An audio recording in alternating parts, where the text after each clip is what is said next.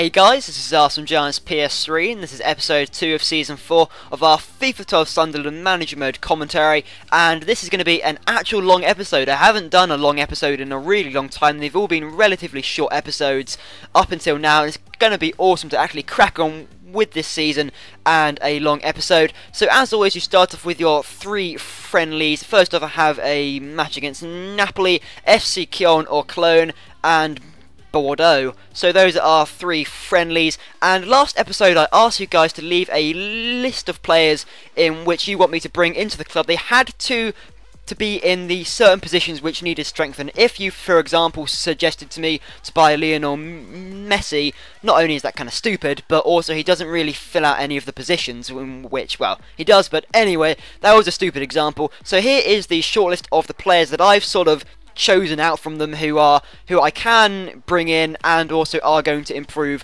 the squad. So first off, we have Kevin Gamero, Adam Johnson, Lucas Podolski, Marcus Henriksen, Yunus Belhanda and Adel Terrat. Those are some pretty awesome players there, and I do want to bring in as many of them as possible. At left back we have Clichy. He is level 81. He's only 28 years old, so he will be an awesome player to bring in. Thiago I'm slightly tempted by, however he is only level 80. He's already 23. He does have potential, but I just feel in the Premier League he's not really strong enough. I don't know, I'm not really too tempted by him. Then we have Kolarov. He's really experienced. He is on the transfer list, so he'll be a really easy player to bring in. And then we have a number of other players, including Alex Oxlade-Chamberlain. So these are a couple of players which other teams have requested to bring in. We have Stefan Sessegnon, a 10.5 million offer. That is over his actual transfer sort of estimation kind of thingy-majiggy. I couldn't remember what I was going to say there, but I didn't want to accept it. And then we have an offer of 3.6 million from Bolton Wanderers for Matty Everington. That would be crucial in bringing in these epic players. Oh my god, I was so happy with these players I brought in. I apologise if I haven't purchased the players that you were interested in, but oh my god, I got some epic players here. First of Clichy, 8.5 million. That's a great cheap price, and he'd just be an awesome player for our left back. Then we have Yunus Belhanda, level 83, only 17.5 million, a little bit over his transfer value, but he is epic. Then we have Lucas Podolski. I spent a lot on him, 23.5 million, but he's absolutely awesome. And then we have Kevin Gamero for 23 million. I thought it was 23.5 million, but he is also an epic striker, and he is going to score so many goals for us this season, I can tell already. So this is the updated squad with all of those transfers, and my god, it looks pretty tasty. I'm not going to lie, it looks pretty awesome right now. Last season, a lot of positions were under-strengthened, but we are really strengthened up here. So we have, as of course, Thibaut Courtois, Nathaniel Klein, Obona, Clichy, Sebastian Larsson, Yunus Belhanda, and he looks awesome in the centre there. He's got some great stats as well. And then we have James Milner. He is also awesome, got great stamina. And then we have Xherdan Shaqiri. He was absolutely epic at the end of last season. Then we, of course, we have Kevin Gamero up front and Lucas Podolski. I was tempted to play Lucas Podolski as striker, but instead I'm going to have him on the left-hand side because I feel he can really cut in from that angle and unleash some awesome shots. In terms of substitutes, we have some great cover, which last season we really struggled in cup competitions such as the FA Cup. We didn't have enough squad cover, which I felt really hindered us. So anyway, on to our first match of the season against Napoli, and not only does my side look awesome, but Napoli's side does look pretty tasty as well. Apart from their attack, that has been slightly limited. I don't think they're playing players in the right position, but we do get off to a good start. Podolski finds a little bit of space in the centre, plays in Nathaniel Klein, but his shot is pretty comfortable in the end. Then Shaqiri comes pretty close, has the finesse, but just didn't treble the keeper enough. Yunus Belhanda doing a little bit of tricks there, but then does some actual tricks, dribbles it on the outside, tries to cut in with the finesse, but just goes wide of the post.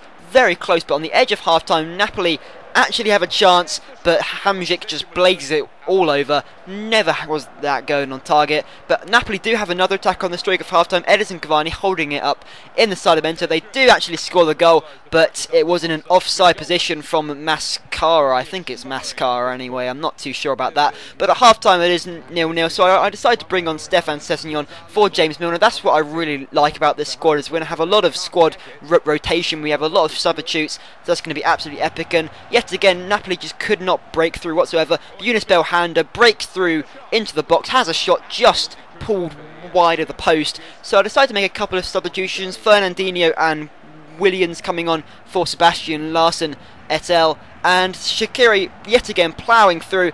Williams picks the ball, crosses it over to Lucas Podolski, who smashes it into the bottom corner, and that is Lucas Podolski's first goal for the club, and it's a pretty good one at that.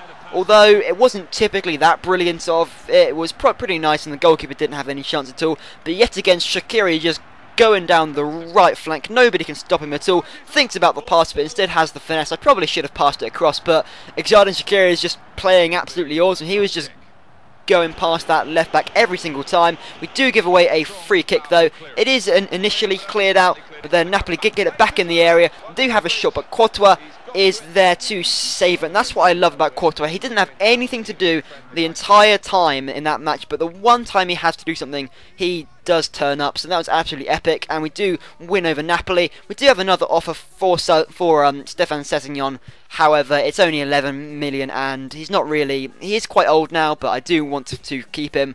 So anyway, on to our second match of the season now against FC Köln or Cologne. I really don't know how people prefer it, so instead I just say both of them. But we get off to a pretty good start. Kevin Gamero has a shot, keeper can only palm it out, and Gamero gets on the end of it again, but he's tackled and in the end hoofed it out. So we are playing pretty positively at the start of this. Nathaniel Klein picks it up, then decides to cut inside, plays it to James Milner, who has a long shot, and the keeper not so confidently there palms it out, but in comes the corner from Xherdan Shaqiri, and Ogbonna heads it in to put us 1-0 up. And surprisingly, we score from a corner, in fact a set piece. I didn't do that at all last season, and then all of a sudden it turns up and I do one straight away. Lucas Podolski with a shot there. Yet again, the keeper just doesn't look comfortable whatsoever, so I'm going to have as many shots as possible.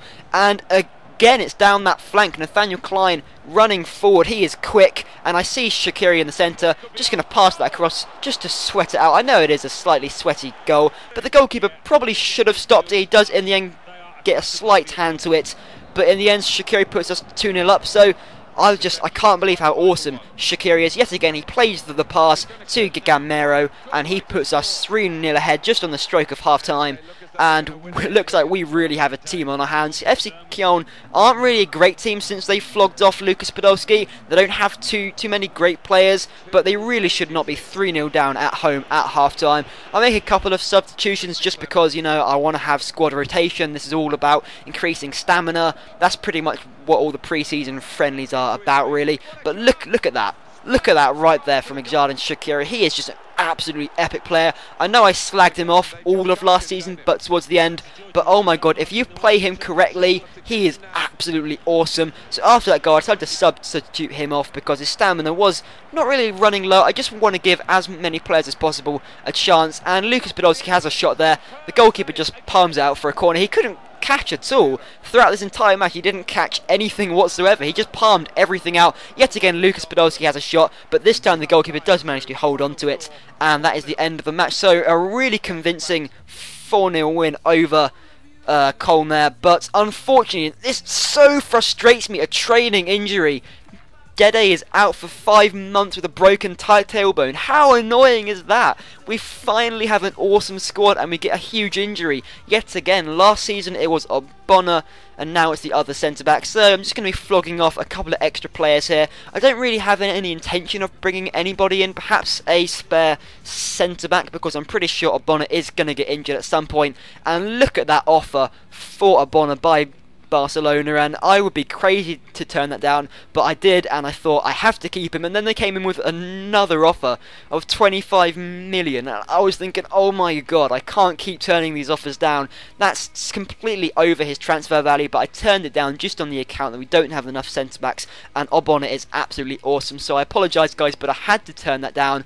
And on to our last friendly of our pre-season friendlies, basically, against Bordeaux, and we started the match reasonably well. Yunus Belhanda has a shot, yet again blazed it over. Pretty unfortunate there, but we do have another counter-attack. Sebastian Larsson, great bit of skill there, cuts on the inside. I don't know what that was, a shot or a cross. It was pretty terrible, whatever the hell it was. Lucas Podolski wasn't too happy with that, but never mind, we carry on. Kevin Gamero, he spots Shaqiri, but the pass is crap, and as you might have recognised there, Ogbonna actually as he comes in for the header, he stays on the ground and he does actually have a state of concussion, but don't worry, it isn't a terrible injury. He's only out for a short amount of time, but yet again that is really frustrating, so I do have to substitute him off, and already we've had two very annoying injuries, but luckily enough James Milner does put us 1-0 header on the 22nd minute, a pretty good finesse into the bottom corner, and nothing has really happened for the rest of the half. It was just kind of like passing it around,